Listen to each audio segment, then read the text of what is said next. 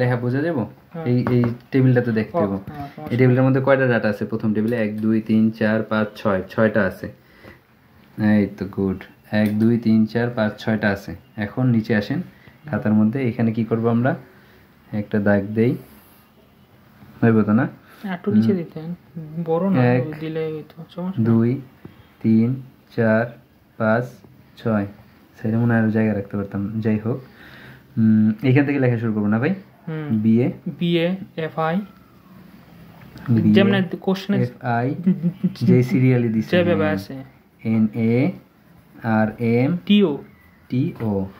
এখন আমরা দেখব এইখানে কোন দুইটা মার্জ হয়েছে, যে কোনো এক সাইড হয়, এই দুইটা দেখলে হবে, এই দুইটা দেখলে হবে। আমরা এই যে উপরের এই দুইটা দেখি, এনএ আর আর এম মার্জ হয়েছে। তার মানে এই যে এনএ থেকে একটা দাগ টানলাম, আর এম থেকে একটা দাগ টানলাম, এটাকে মিলাই দিলাম, এই যে একটা পয়েন্ট দিয়ে একটু উপরে উঠে রাখলাম। এটা কি হবে? N A comma R M, ঠিক আছে? N A comma R M হবে। এবার নেক্সট টেবিলে যাই, এখানে কি মার্জ হয়েছে দেখি। এখানে আমি কম্পেয়ার করছি কোনটা, এইটা আর এইটা, টিও। তার মানে এমআই আর টিও কে মার্জ করছি। তাহলে এইখান থেকে ভাই এটা তো আরো উপরে উঠান দরকার ছিল, বললাম না আপনারে ভাই, নিচে যান।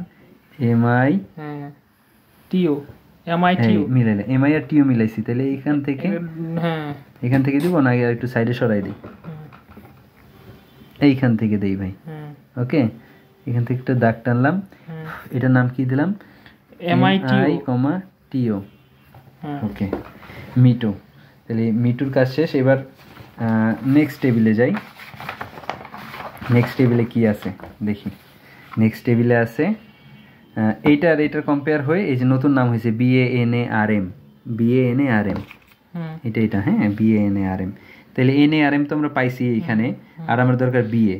তার মানে এইখান থেকে এই BAটা উঠাইলাম, আর এইখান থেকে কানেকশন দিয়ে দেব, এই NARMটাকে উঠাইলাম, উঠে এই দুইটাকে মিলাই দিলাম, এটার একটা পয়েন্ট ধরে উপরে মিলাই দিলাম, আর এটার এই সাইডে একটু আগে লিখি,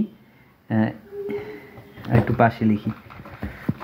এটা হলো NA, RM ছিল ডান সাইডে, আর বাম সাইডে কি আছে? BA।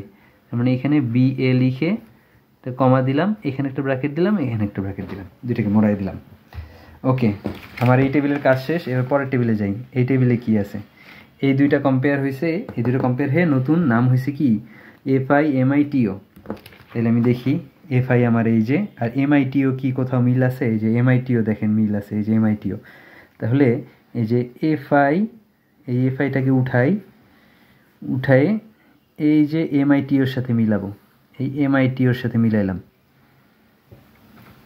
মিলানোর পরে এইখান থেকে একটা দাগ দিয়ে একটু উপরে উঠাই, এটার নাম কি দেব? MITO তো আগেই ছিল ডান পাশে, আর আমার নতুন অ্যাড হয়েছে এটার সাথে FI, সুতরাং FIটাকে বামে দিয়ে দেই, এইটাকে একটা ব্র্যাকেট দিয়ে দিই। কাজ শেষ। এই টেবিলের কাজ শেষ। এবার এই টেবিলে আসি।